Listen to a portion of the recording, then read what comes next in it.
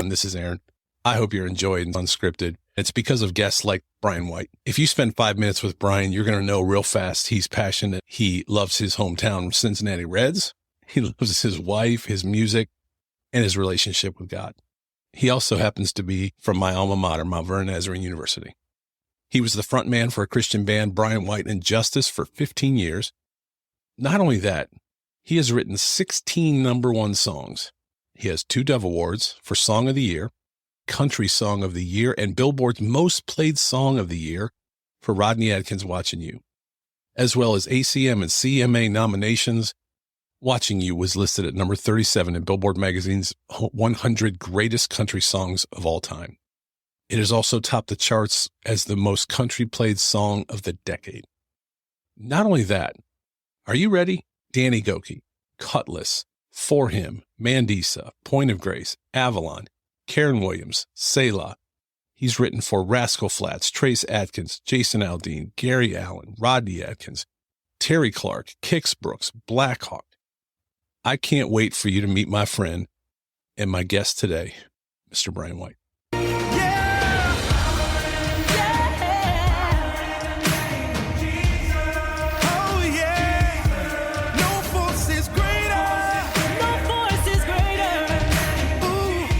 Welcome to the Unscripted Podcast. This is Caitlin. Each episode, my Uncle Aaron interviews guests that are living their lives unscripted. The song you are hearing is the music from our dear friends Tori and Shauna. You can find their music wherever you stream your favorite songs. For now, from his studio, here's my Uncle Aaron. All right, welcome back to Unscripted from my Jerseys of Hope studios here in Hilliard, Ohio.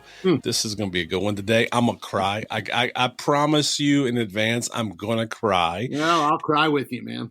All right. Brian, will you introduce yourself and we will go from there? I'm Brian White, and former Mount Vernon Nazarene College alumni. Not a former, I am an alumni. Absolutely, and, always. It was formerly Mount Vernon Nazarene College.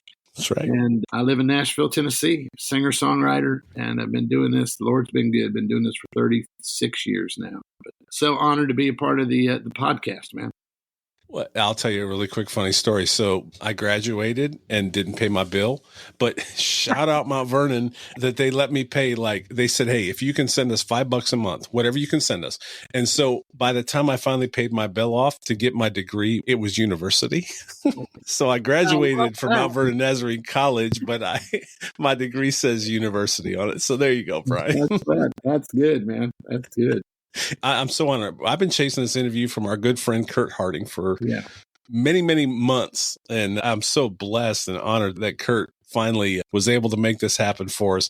You're rocking a Mount Vernon baseball hat. I'm rocking one that I got at the gift shop. My kid was on the baseball team.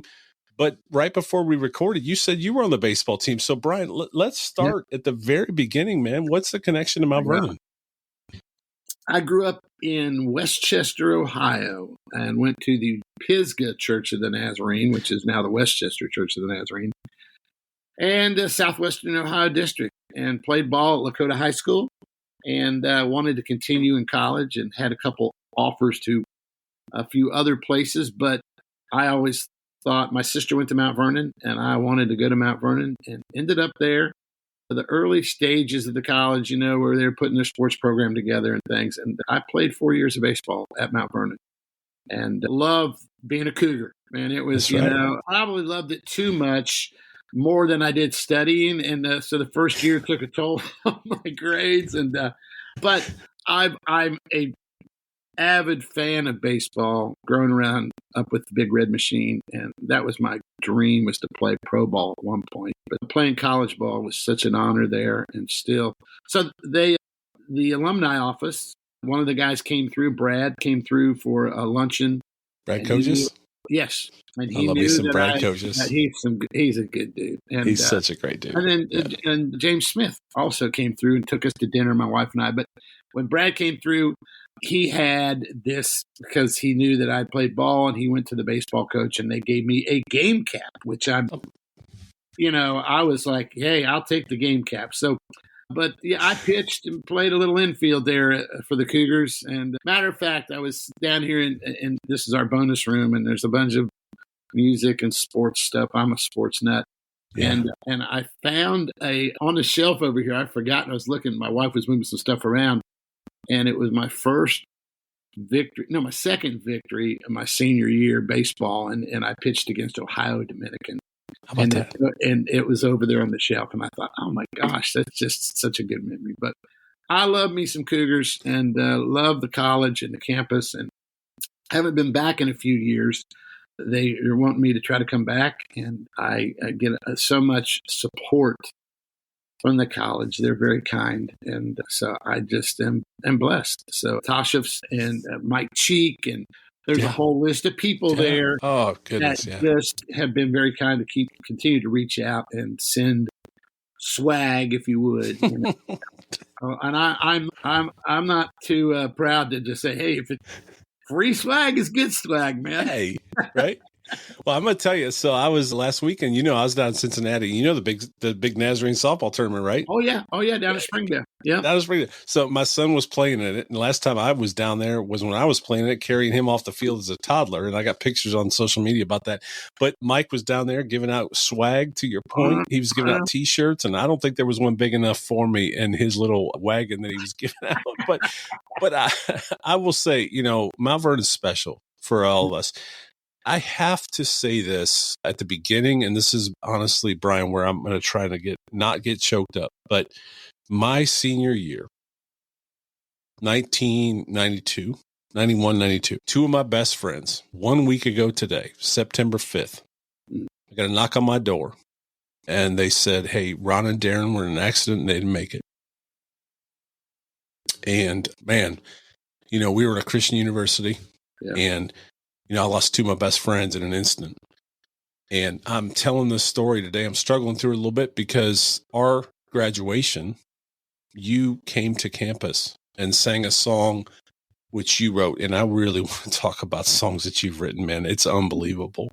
When I look at your catalog, I can't even get through it. It's exhaustive of what you've written. It's unbelievable. So I have so much to talk to you about. But I did want our audience to know there's two songs that you've written, three actually. One was Extra Mile. I Will Walk the Extra Mile. And you came to our graduation, you sang that. And that song was very important to the class of 1992 because, man, we lost two of our own and it was hard. And it was a very powerful moment. And I don't know if you'll ever know the impact that the song and you singing it at our graduation had on our class. And let me tell you one more thing, and I promise you, I'll let you speak. You're fine, man. According to your catalog, you wrote a song called Everything You Are for Larnell Harris. Yeah. Is that right? Yeah. So let me tell you, during 91, 92, when I was trying to piece my life together, used to take a CD by Larnell Harris and get in my Monte Carlo and find a parking lot somewhere, and I would play Everything You Are by Vernon Harris over and over and over again because I was trying to figure out who I was going to be in life. I was a senior in college. I didn't know what I was going to do. I just lost two of my best friends. Man, I just want to honor you before we get into all this conversation today. I want to honor you so well because, man, what you write and what you wrote and the artist that performed it, just know that this college kid was sitting in a car trying to figure out what life was going to be. And man, Everything You Are might have gotten me through one of the hardest moments of my life, along with Walk the Extra Mile. And the last thing I'm going to tell you really quick, and then I got another story for you. So I know we're both tearing up right now, but I got one more for you. But I want you to know the importance of what you do. So I will tell you, there's a line that you said in Walk the Extra Mile, and that's, there's a road you walk each day that travels through my heart. Man, I'm going to say that again. There's a road you walk each day that travels through my heart. And you know how many times I've used that line? Sorry. I probably owe you a check for how many times I've texted that line to somebody, but there is a road for our friends, for those that we love, for our family that walks through our heart. Okay, I'm done talking. So, man, I just want to honor you and let you know that what you have done and what you are doing, you probably don't even know that. Like, I don't know. You got a lot of records on the wall behind you and pictures and things, but just know that this guy you're talking to today, man, those two songs, and I got one more for you we'll talk about later, but those two songs have made a massive difference in my life. Man, let me compose myself. Sorry. Welcome to Unscripted. It's unscripted because I sure didn't just come. You always wonder if what you're doing in these little rooms that we get in here in Nashville makes a difference, you know? And I think our prayer every time we sit down with the guitar, and I don't think I'm a great songwriter. Stephen Curtis Chapman said, and I'm stealing this from Stephen, he said, maybe I'm a great song catcher because God just dropped them in and I'm just trying to catch them and not to screw them up. Just get out of the way. Let the Holy Spirit does what he does. Yeah. A couple things. I remember vividly the call I got. I had written Extra Mile for a good buddy of mine, Al Denson, and Al had recorded it. I recorded it and had it on the record. And I did at that time, I was doing a lot of camps and conferences and things especially across Ohio, because that's where I was from. And they called and said, hey, man, they told me, I read about the tragedy and had heard from friends. My good buddy, Scott Fleming. Love Scott. I love Coach Fleming. Yeah, we played ball together and he was at my wedding, just a bunch of, we are close and still very close. And he said, hey, he told me what happened and this song, and would you, and then the college contacted me and would you consider coming back? And I was like, I'd be so honored. And I remember walking out on that stage that day and, just my heart hurt for all those that, like yourself, who had lost friends. And we questioned God sometimes, like, why? Right. And ours is not to understand. Ours is just to trust, and I just felt like that's the least that I could do, is just show up and sing a song, I mean, if that brings healing or whatever. And I think at some point, excuse me, I'm drinking coffee. Oh, by the way, from I don't know if I'm very well represented. The Reds, the Bengals, the Cougars, you got all the 513. I did. I didn't even, I do have the 513 going. But I think they had some kind of a plaque or something that hung down in the sports area. And they were like, is it okay if we reprint these lyrics? And I'm like, do whatever you want to do. That's And to this day, that was one of the special moments in my career. I mean, just to be given that opportunity and that honor to stand there with that class. And so it means the world to hear a story from you.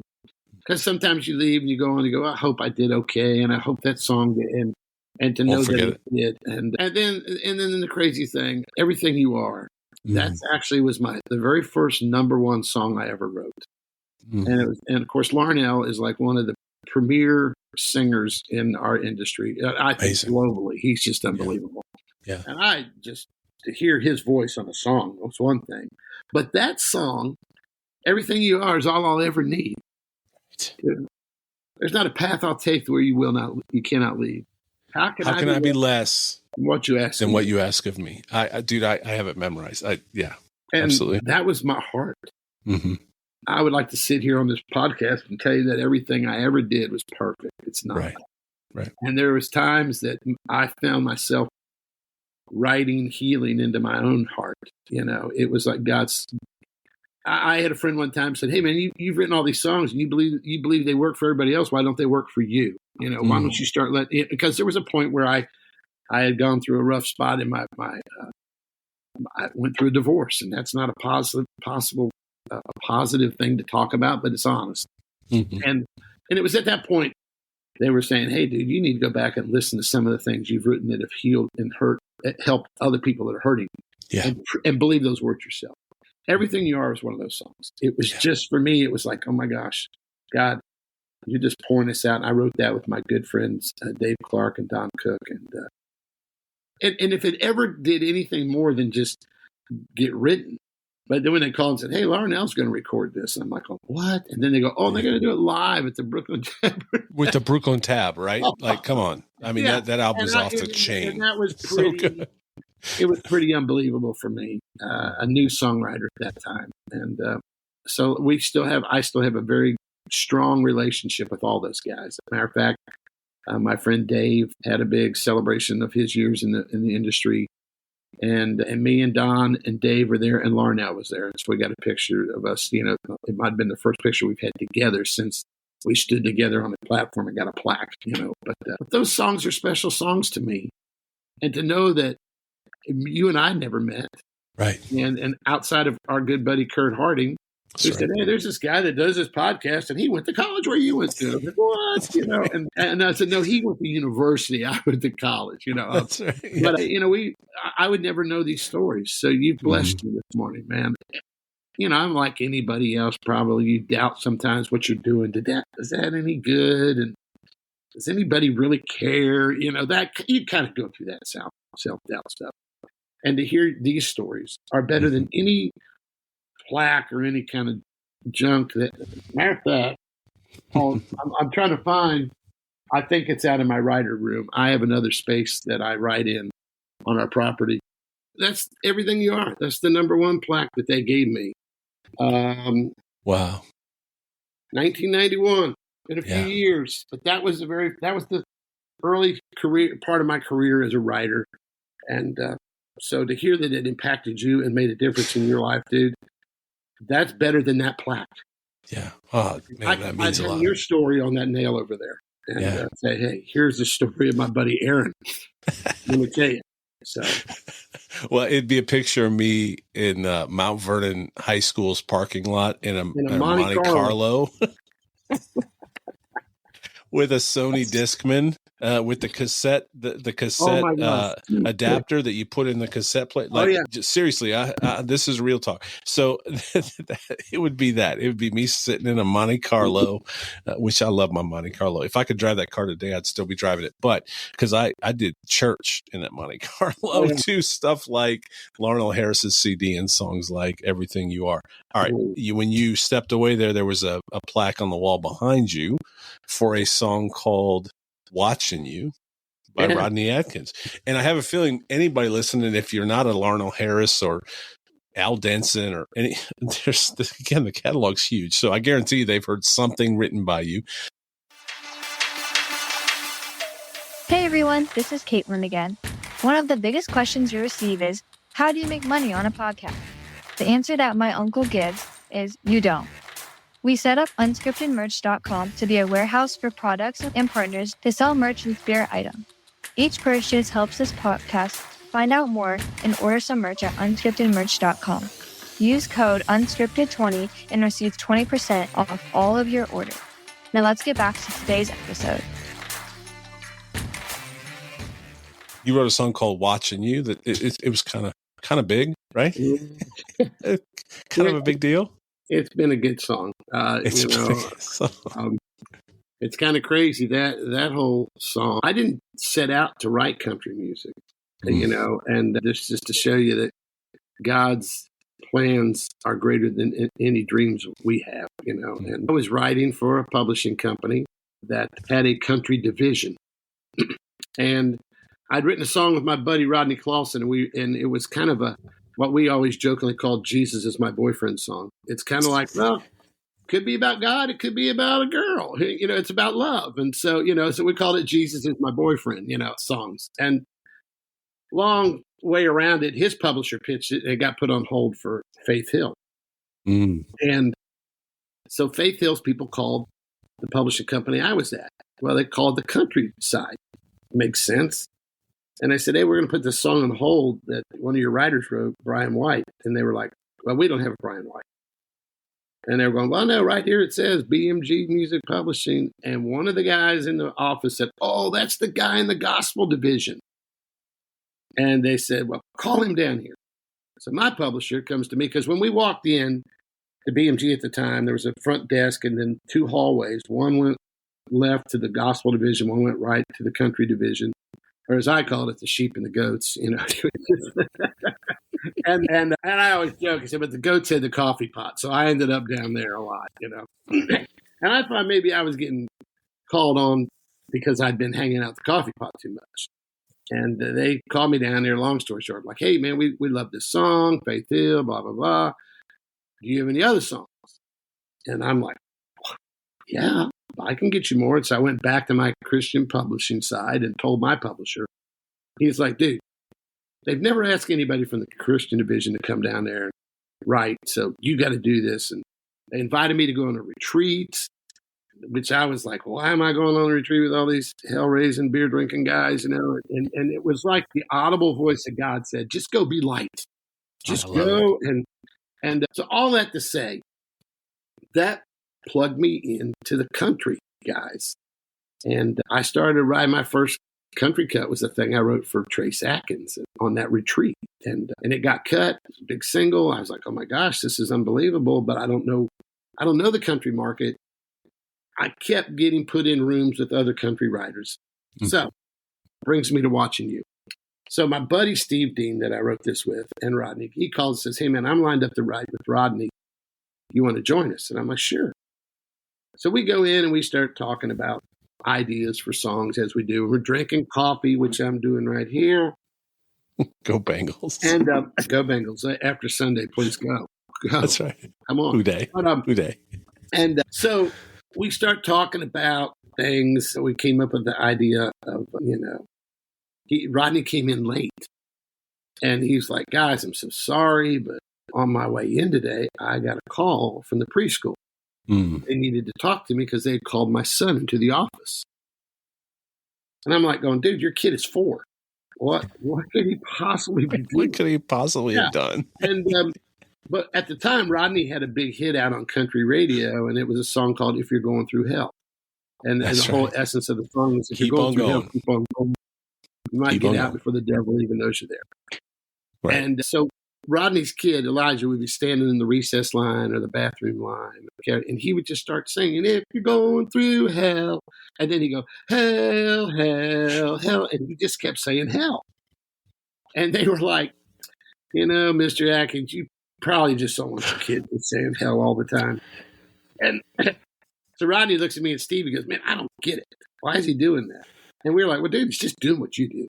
Yeah. He's listening to you and he's watching you and he's going. And Rodney went, let's write that. Smart songwriters, when you get in the room with an artist, if they say, let's write that, you go, yes, let's run. Let's run, right? Let's run. Yeah. So we took off on that and we wrote the first verse and we got to the second verse. And I said, it's not just the bad things that we pick up from our parents. My dad, who is my hero, such a godly man, raised me in the church, him and my mom. I would come home from baseball practice and my dad be sitting in his recliner reading his Bible. Or I would find him kneeling by, his bed or whatever. And those are the things that impacted me. And I said, it's those things too. And we were like, well, let's write that into the second verse. Having no idea that the record label loved it. So we're cutting this. And so we're like, yay. But having no idea it'd ever be a big single. And he had a song, Going Through Hell was his first single. And we were at the #1 party for that. And the record label head, Mike Curb, who's a big name down here, he walks over to me and he says, man, and he was comparing because they had Tim McGraw on the same label. And he said, Going Through Hell is Tim McGraw's Indian Outlaw. It is Rodney's Indian Outlaw, which was the big. And he goes, right. He goes, and Watching You is going to be Rodney's Don't Take the Girl.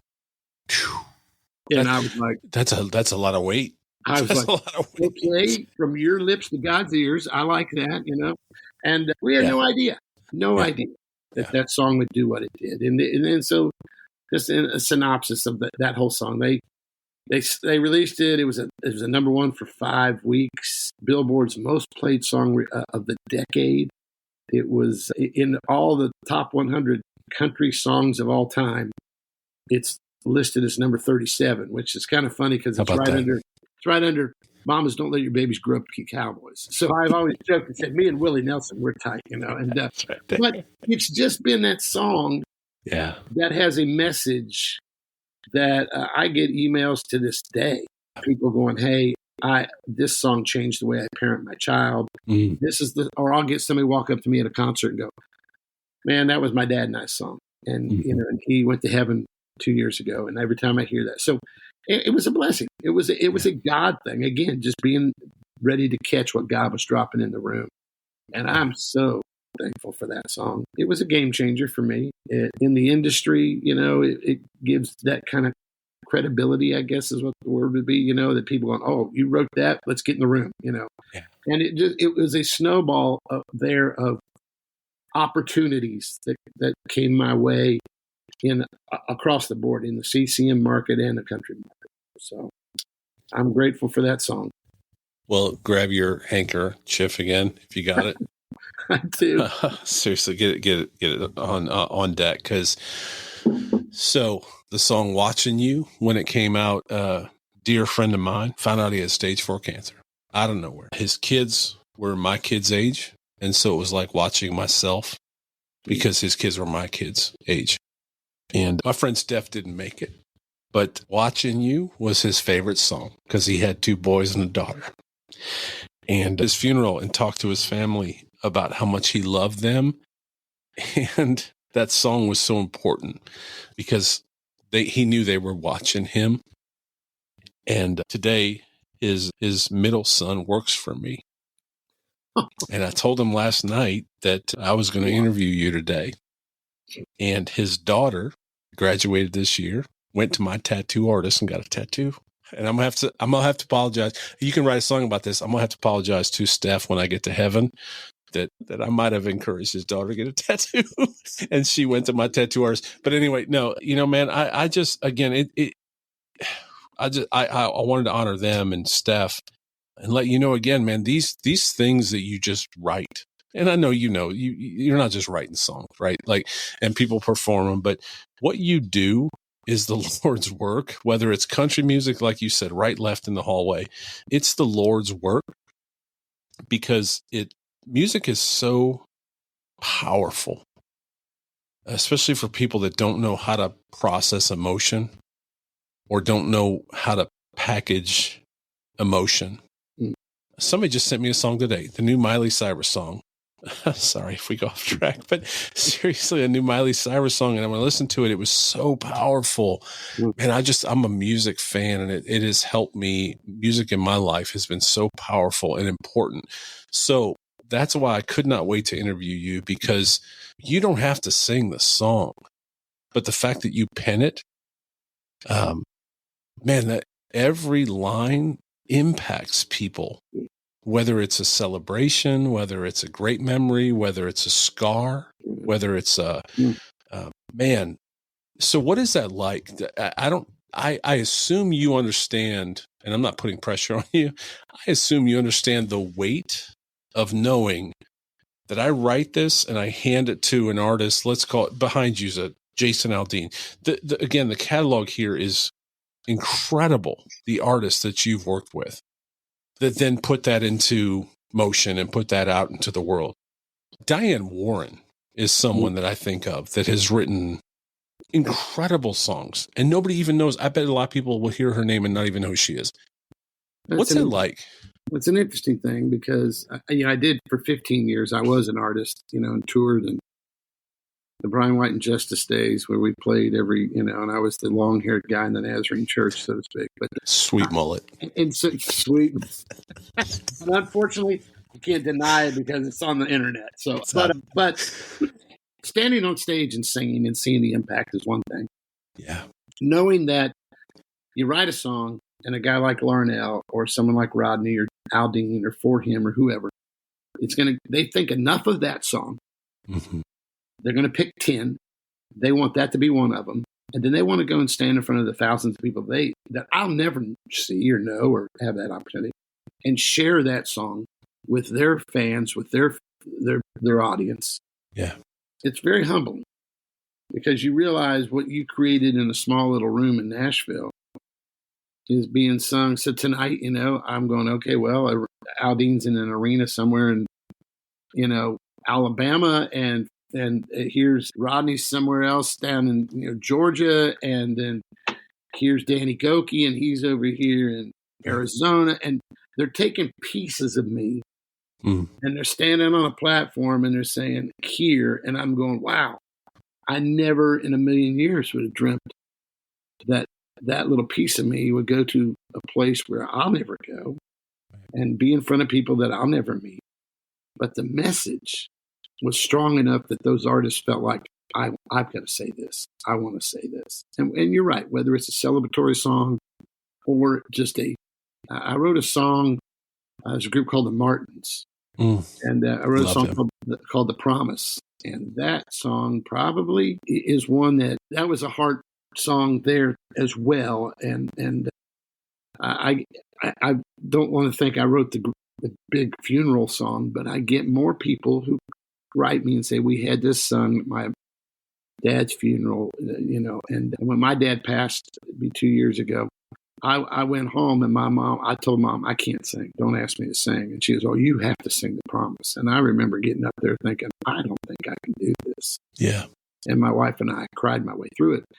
But I realized even then, the healing that comes through music and the words and how God poured hope and peace into my heart that moment. And so those things, it's indescribable. I mean, accolades and awards and stuff, that's cool. But it's knowing that you've touched a heart and maybe helped somebody through a tough time or whatever it may be. I can't even I don't know how to describe that. It's mind blowing that your little creation that you, like I said, you made here in a little room would go across the globe somewhere and impact somebody that you've never met. And I think every questions. Day that I get, go ahead. I'm sorry. Go ahead. Excuse me. I think every day that I get in the room, that's what I think. Who needs to hear this? And God, take this where it needs to go. Because right here in Nashville, it needs to go beyond these three people that are sitting in this room writing it. So you take it and use it wherever. And that's kind of the way I approach my writing. It's just, I drop it in God's hands and say, whatever becomes of it, it's all you, Lord. And you will get the glory and you will get the praise because I'm just trying to be faithful in what I do. So I have a feeling we could do so many episodes because I have so many questions and I don't want to take a ton of your time. You've been so gracious already. So I actually have two questions. My daughter and I watched a Louis Capaldi documentary on Netflix, which had a lot of F-bombs. Yeah. And it was hard to get through, but it was incredibly powerful. And, for him, there was something I had never heard of before called the imposter syndrome. Have you ever heard of that? Yeah. I mean, no, go ahead and describe it. So, that's what he's dealt with. And obviously if somebody gets a chance, first of all, understand there's going to be a lot of F-bombs if you watch it, but it's worth watching because it's heartbreaking what this artist is going through.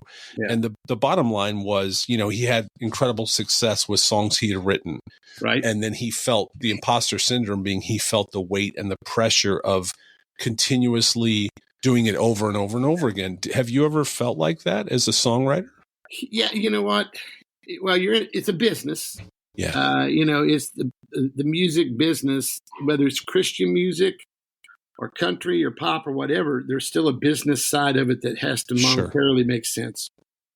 You sign a publishing deal, that's somebody saying, hey, I'm going to pay you to, write songs. And that way you have a bank account that you're trying to replenish, so to speak. Trying to pay them back. And so when you have a big hit, they look at you and go, you're like, well, what else you got? Exactly. And so you're sitting there going, well, gosh, that was pretty good, wasn't it? So it's, well, you're only as good as what you do next, so to speak. So there's a little bit of that, but I try not to live under that. It's kind of like Michael Jackson when he did Thriller. He wouldn't release a record for the longest time because he just, well, it's not as good as Thriller. Well, I don't know if you'll ever get as good as Thriller. Exactly. So me, I know that there are songs that I'll never outright. I'm not trying to write the next everything you are. That was what it was. Now, but there's something differently that I might say, and it might have a similar theme, but on a daily basis, I'm just trying to write honest and trying to write music that touches people and moves people. And if I don't have a year where I have some number ones or whatever, I don't decide, oh, I'm done. I'll never do it again. I equate it a lot of times with my baseball career. What do they say in baseball? If you bat 300, you're a success. And that's by going. So if you look at that and anything else in life, go, wow, if I'm successful 3 out of 10 times, I'm a star. Really? Right. And so I look at that and go, in the music business, that percentage is way, way. I mean, I've written hundreds and hundreds of songs. Mm-hmm. Been fortunate to have a lot of cuts, but when it comes down to the percentages, if I sat down, I've never really done this, but I don't know I'm batting 300, in the music business, but it's something, you hope that everything you write finds a home. And there's songs on my laptop that will never see the light of day that are still some of my favorite songs. Yeah. And it just, and maybe it was just written for me at that point in my career or my life that I needed to hear that myself. I don't know. It is a little bit of pressure when you have the business side kind of looking at you with a contract and this is how many songs you need to turn in, and this is how much we're willing to pay you for a year of your services, and and you're going to make this back, basically. And I've been fortunate to what they call recoup, and keep a job. This is all I've done for 37 years. I've fooled them all to believe I can, So for 37 years, I've been writing songs and singing, and I go back to some of my high school buddies, even some of my college buddies, and they'll go, so what is it you do? And I say, well, I'm a songwriter. Yeah, but what's your job? And I go, how do you get paid? Right. That's my job, man. And then they're like, what? Yeah. Every day I get up and get to grab my guitar and be creative. And I love that. And, I love that answer. And you've been very gracious with your time. And I have many more questions. So you're going to have to come back for another round. I'm yours, man. So we can talk a little longer, as long as you want to. I'm here. I took the day and kind of said, you know what? I'm actually not writing today. I'm playing for a benefit tonight. We do some benefits here in town for childhood cancer. So they bring some writers in and you ever been to the Bluebird, or do you know what the Bluebird is? I've been to Nashville. Okay. Actually, tell Kurt Harding that our table's almost ready at Mellow Mushroom in Franklin. I will. Look at that. The Bluebird is a songwriter venue where people come and they want to hear the stories behind the songs, much like what I'm telling you. Yeah. And we sit on stools with our guitars and we tell the story, then we sing the song. So they bring a bunch of us together like that. And we play, and the money that's raised benefits childhood cancer research. So that's all. And that's not when I say that's all I have. That's what I have for today, and that's later on. But I block as much time as you need me here. And, so I'm yours, brother.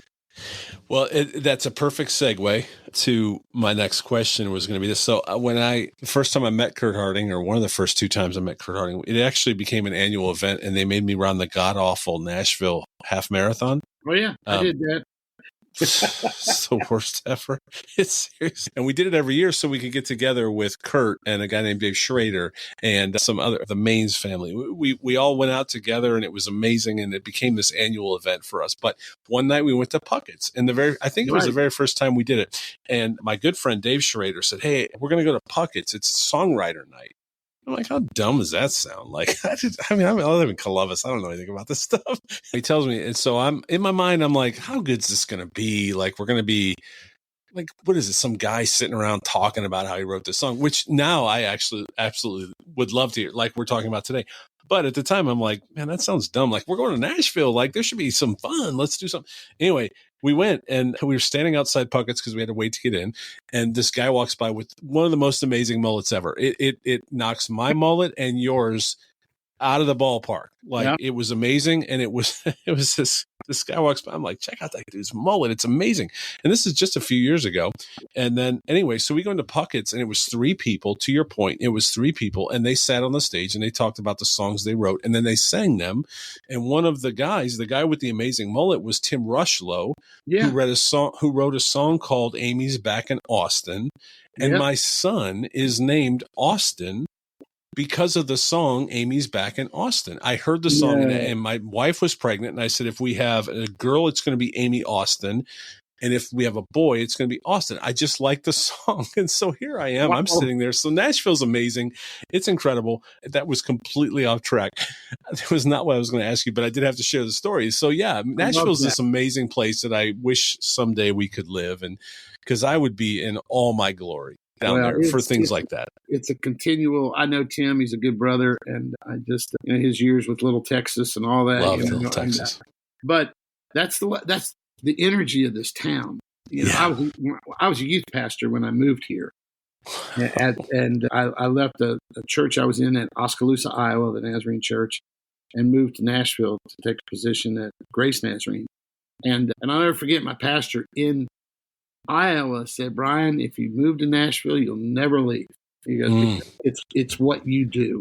Yeah. And it is. It's a town full of creative people, and I love the energy, and I love that aspect of it. So, well, I love that I got to walk up to Tim Rushlow and his amazing mullet. I don't know if he still got it, but at the time it was amazing. It was permed. It was amazing. Oh, yeah. Anyway, I got to walk up to him and say, hey, thanks for writing that song, because I named my son Austin, who pitched at Mount Vernon Nazarene University, by the way.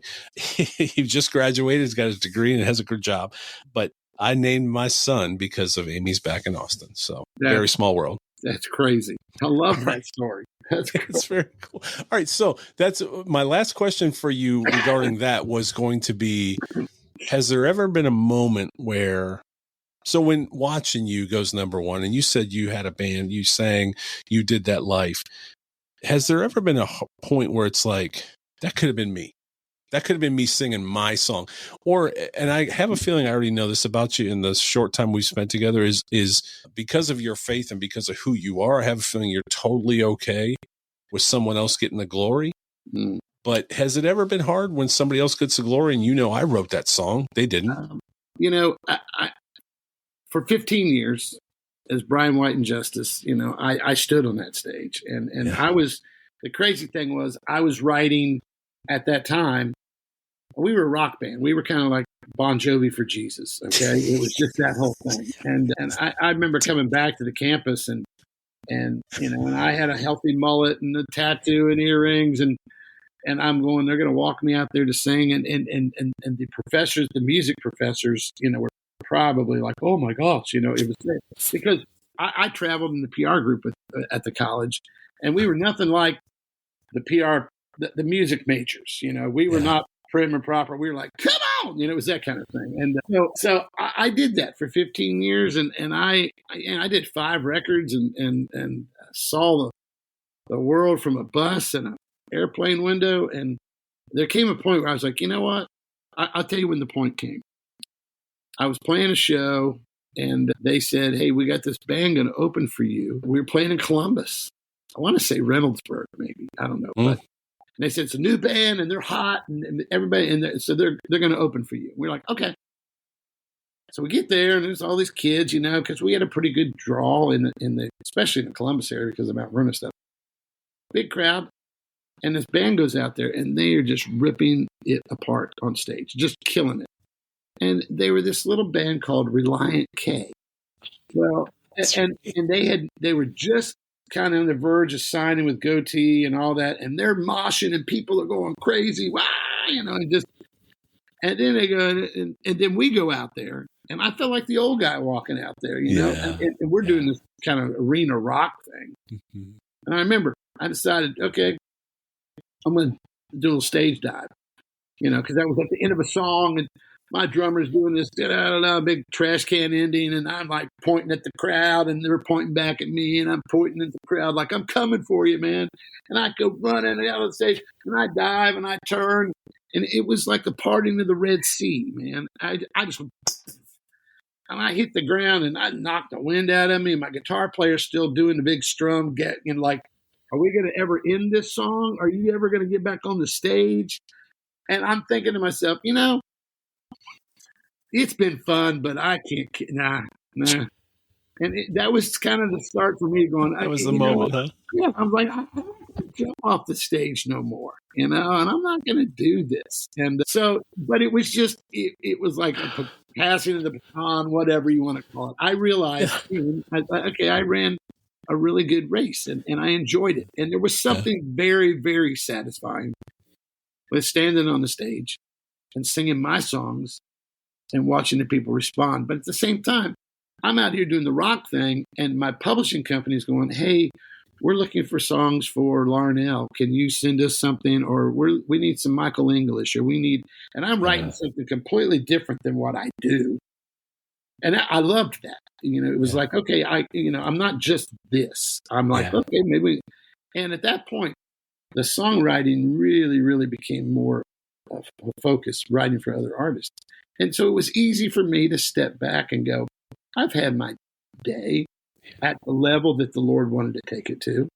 And I loved it. We played General Assembly, and we played every VIP day thing. And we did all that. And it was fun. I loved it. Don't regret 1 minute of it. But it was time for me to step back and go, now I stay home. Do I miss a bus? No.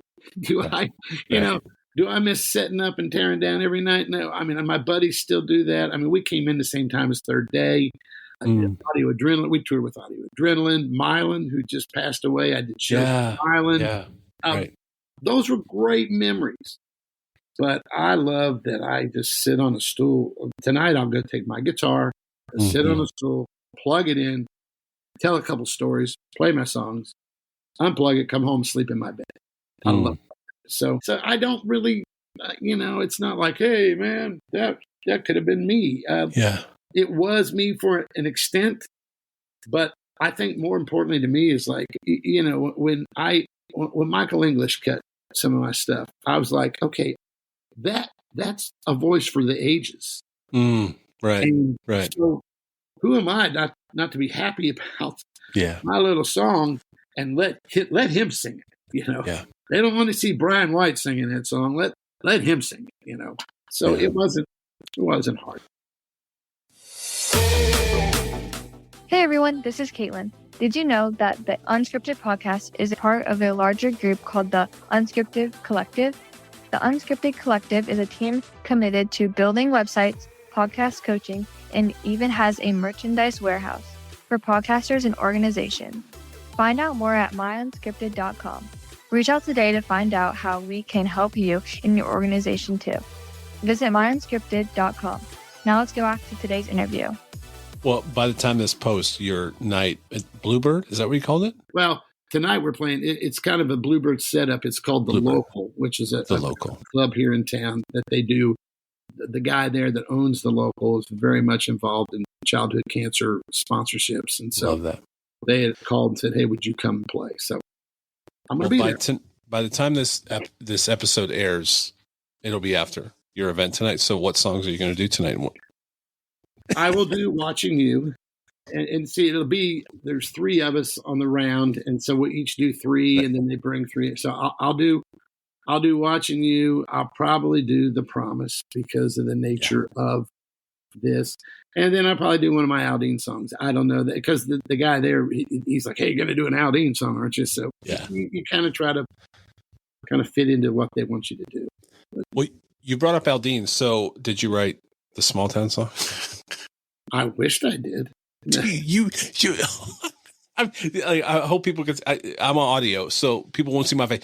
You wish you did, really? Yeah. You know what? I know those guys, and there's not a racist thing about any part of that song. Not one. Just you know what? We take care of our people. We back each other. The amazing thing is when people were going, well, that's a racist song. I've been told in this climate of our country, I had a guy look at me and go, are you racist? And I said, no. He goes, well, then you are, because you don't think you are, you are. And I'm like going, so then either way, I lose. Right. I said, and I said, you don't know me. I said, let me tell you a little bit about me. Okay. My wife, and that would be a podcast she should do. My wife's amazing. She's one of 19 in her family. Okay. She has Schedule it. Let's do it. She has 14 adopted brothers and sisters from all over the world. Wow. You follow basketball and all pro basketball. Her dad was the general manager of the Philadelphia 76ers when they won the world championship. So that was with Dr. J. Dr. J. So when they won the world championship, he went to Orlando and he started the Orlando Magic. Is it Pat Williams? Yeah, that's my father-in-law. It's Pat Williams. And, Come on. Come on. Are you serious? Yeah. How is his health? And so, I'm not sorry. How is his health? Good. He's good. You know what? He went through a cancer thing about 7 years ago, and he's in remission, and he's good. And one of the most unbelievable individuals you'll ever meet. Just unbelievable. Love him. Love him. Never met him, but love him. But it's like, I told this person, you don't know me. I got brother-in-laws and sister-in-laws who are Hispanic, who are Filipino, Brazilian, African-American, Jamaican. I said, so don't tell me what you don't know about me. Yeah. And so that song, Try That in a Small Town, one, it blew up. And it's, if you looked at it from a monetary standpoint, my buddies are doing very, very well because the song is sold very, very well. Right. But anyway, now I wrote a song. I've been on the last 4 Aldine records. In case you don't remember, Like You Were Still Mine, Blame It on You, which was the number 1 for it. You know what? Those are just, Jason is who Jason is. Love it. And you know, he's a patriot, you know, and he's going to stand up and wave the flag. And it's, again, those are those moments where God puts you in a place you go, okay, do I endorse a lifestyle all the time? No, but I can write a song and that guy stands on the stage and sings it. And I think that's where the Lord puts you in places in the world where you have a chance to influence and speak truth and hope and peace. And that's how I kind of look at those things. So, well, man, I love you. I really do. We've just met here today. I just genuinely mean that. That's just for many reasons we've talked about. I could talk to you all day, but I know people listen on a treadmill or in their car. Yeah. And so, you know, unless we do like 5 episodes, which you got to come back. And I honestly want to interview your wife too. Would love to have her on. She's a lot cuter than me. Same. I'll kick that coverage a long time ago. Really. Yeah, I'm out of my league. But you know what? Let me just say this. I want to just say thank you for pursuing this podcast interview, and the fact that we both have the roots to Mount Vernon. I love my university. That's right. And I always said, I think as someone said it there, we're not just trying to teach you how to make a living. We're trying to teach you how to live, you know, just like that's what college was for me. Yeah. I went there to play baseball, and, you know, it was like an overglorified youth camp, you know, it was like, woo-hoo, you know, it really was, you know, and at your freshman year, you're just like, oh, this is unbelievable. And then you flunk out of class and you're going, yeah, this is unbelievable. And I'm paying for this. Actually, your parents are going, we're paying for this. Right. But I look back on those days and with the fondest of memories, and it shaped me and my faith, and it gave me a place to anchor when I went where some rough waters, and God has been faithful, man. I am so of all the things, I'm just a guy trying to be faithful to what God has called me to do, and I really believe that songwriting is a calling for me. I believe that. You know, there's a lot of other things I probably thought I would be doing. Yeah. I got a radio and TV degree. I was a youth. My wife jokes and says, "You've lived 3 lifetimes." You know, I was a youth pastor for 10 years. I toured as an artist for 15 years. Now I've been a songwriter all those years, but now that's just what I really do is just write songs, and have done that for the last 15, I guess, or 20.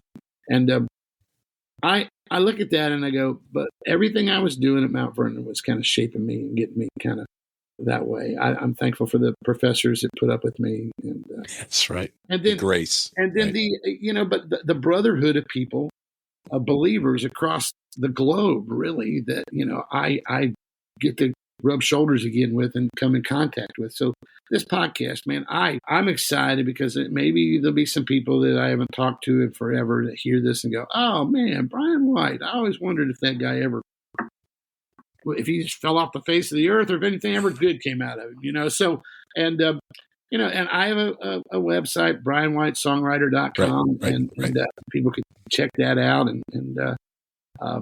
But I hope that the songs, when they look down in the credits, and if it's a song that moves them and they see my name, they know that it came from a real place. And your stories today about Extra Mile and everything you are, those will be ones, Aaron, that I'll cherish, man. Those mean the world to me to hear from you. So thank you. Well, this has meant the world to me. It really has. So I have 2 questions, and then I want to leave you with something. So Number one, let's say that one more time, because it's the least I can do, is the website and how can people contact you? So that's my first question. Okay, brianwhitesongwriter.com. And there's a place there that you can email. And I try to keep it updated the best I can. And, there's pictures and music and that kind of schedule. But that's probably the easiest place to get in touch with me. Or my social medias are easy. I mean, Instagram is BW Tunes, TUNES. And then, Facebook is just look for the guy that looks goofy, Brian White. There's, it's kind of fun. I guess I'm supposed to be flattered by this, but there's been some people who kind of put up fake pages or whatever. And I'm like, who wants to be me? What is that? I love that. Yeah. I love that. All right. My last question for you, and then I do want to leave you with something. My last question for you. Was there ever a lyric? Your catalog is huge, man. And again, you've written so many songs. We haven't even had the chance to scratch the surface of. So I do, please, everyone go to your website and just scroll through that catalog. It's amazing. Was there ever a moment where you wrote a lyric? I'll give you one. Though the miles create a distance that keeps us worlds apart, there's a road you walk each day that travels through my heart.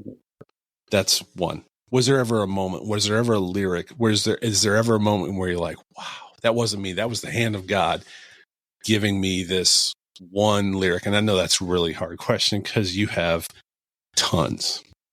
I think probably in the song "The Promise," the very first time I ever wrote with my buddy Don Portress, we were both at the same company, and we were talking about we were both believers in a country publishing situation, and we started talking about just God. And I said, man, I love the promises of the Lord. I'll never leave you nor forsake you. And he said, yeah, lo, I'm with you always, even into the end of the age. I said, yeah. I said, here's one I don't like. And he looked at me and I said, the world hated me. They'll hate you too. Wow. And I went, I said, the world's never going to, and that was the time I think where Jars of Clay had out Flood. And I thought, the world embraced that for a moment, but they're not going to embrace darkness and light clash. And I said, so if we're truly living our lives in a way that they're never just going to go, oh, all you Christian people with all this, come to me. They're going to go, Nyeh.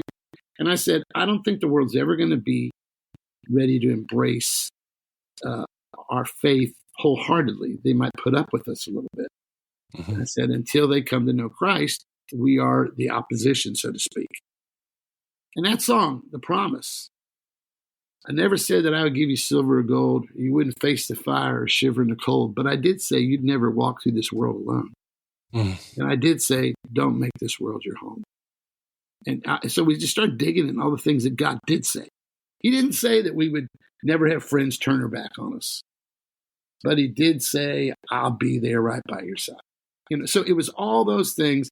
And at the end, I never said you wouldn't taste the bitter kiss of death or have to cross through chilly Jordan just to enter into rest. But I did say I'd be waiting right on the other side. And I did say, I'll dry every tear you've cried. He went to prepare a place. And so that song, when I sang that at my dad's funeral, I realized, God, you never promised us we'd live forever. But you did in another place. You said you'd be waiting for us when we crossed through that. And I think that those lyrics in that song, that's my mom's favorite song, and it has been, as I've had to, my co-writer, his father passed, and singing at his funeral. And as I've seen that, the words of that comfort and bring healing, I think it's that lyric that I go, God, I don't know where those words came from that day. But I do. It came from your word because your promises are true. Yeah. And man, I lean on that heavy. I know there's nothing that this flesh and bone here. There's probably people that would like to tell you other sides of my life, and you know what? I'm an open book. Divorce was hard, and I acknowledge my failures there, but I am so thankful I have a God who forgives and is merciful, and his grace is sufficient. And I've leaned on those things, man. And so in my songwriting, I think I can't help but just say, I want the world to know this great God, this great comfort, this great peace that you can have in a relationship with Jesus. And that all goes back to where my roots were planted in a little Nazarene church in Pisgah, Ohio, that took me to a little Nazarene college in Mount Vernon, Ohio. That's right. And all those things come back to me. So today has been a little bit of a journey through my past, and I appreciate it, man. I so pray that this ministers to some people as they listen today. Well, I know one guy did too. It ministered to, and that's the guy with a 13 on his ACT that somehow Mount Vernon accepted because his sister went there, and that's me. So back to your point earlier, I don't know how I ended up there. My sister went there, but I'm thankful for my Mount Vernon roots, even though I wanted to leave many times, and even though my heart was broken there through relationships and through the losing of two friends. And that's what I wanted to leave you with, man. I said it at the beginning. I'll say it again now. It's funny. And this is going to maybe be a really bad analogy, and a lot of people might click off, but God left us scriptures. But I believe music is something that, and you said right or left in that hallway, right? I think country music, rock music, it's art. Yeah. And I do still believe that God speaks through art. And that's a very wide encompassing thing, whether it's a movie, a lyric, a quote from a movie, a video. Now we have social media. There's so many content places that I believe that God still speaks. And I'm telling you, as a guy who believes that Just the Way You Are by Billy Joel is one of the greatest worship songs. It's not a worship song ever. Yeah. And I literally believe that the song Just the Way You Are is a letter. If God could write us a letter, that would be it. So that's just me, and maybe that's just how I see the world.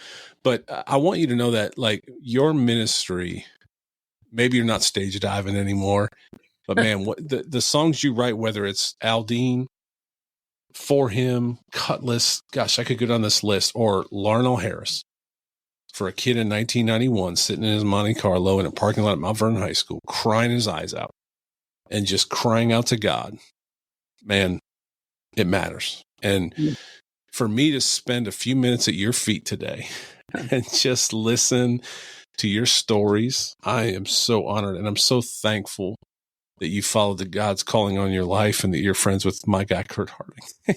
Because I don't know how how else we would connect. But man, like I said earlier, I love you. I'm so honored and proud to know that you went to my university. Right? They watch a football game and they say the Ohio State University or whatever, and people are like, yeah, that's my guy, right? Man, Mount Vernon's got some stars.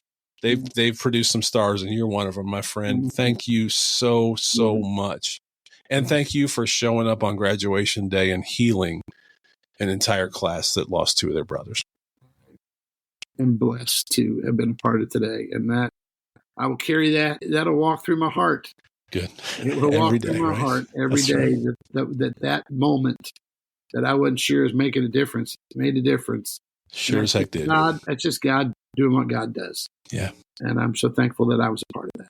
So, well, I can't wait to have you on again. Hey, come to Nashville. Let's go sit and listen to some guys with mullets sing songs and rename your kids. Just don't make me run the marathon, man. That's all I'm asking. Don't make me run. Oh, man. You know what? If I get up that way, I would love to. We'll grab lunch or something. If you come through Nashville, please, you've got my numbers, and let's hook up. Yeah. Absolutely. We'll watch my Guards and your Reds play. Hey, I love your Indians. We're not allowed to say that anymore, but it's fine. It's all good. But who am I? So, That's right. That's right. I'm just writing something. You're going to get a hold of me. So I love it. I love it, man. Have a wonderful day. Thank you so much, Brian. I can't wait to have you on again. I promise you, we'll do it again. God bless you, man. Have a great day. And hey, tell those families and the children that you are working with, and you know that with watching you, love them and praying. Okay, that they continue to grow in the Lord. Okay. I will absolutely share that. All right. Thank you, All right, brother. Talk soon. All right. Bye-bye. Thank you for listening to another episode of the Unscripted Podcast. Make sure to review and share wherever you listen to your podcast. It really helps out our mission to encourage everyone to live life unscripted. Until next time, keep living life unscripted.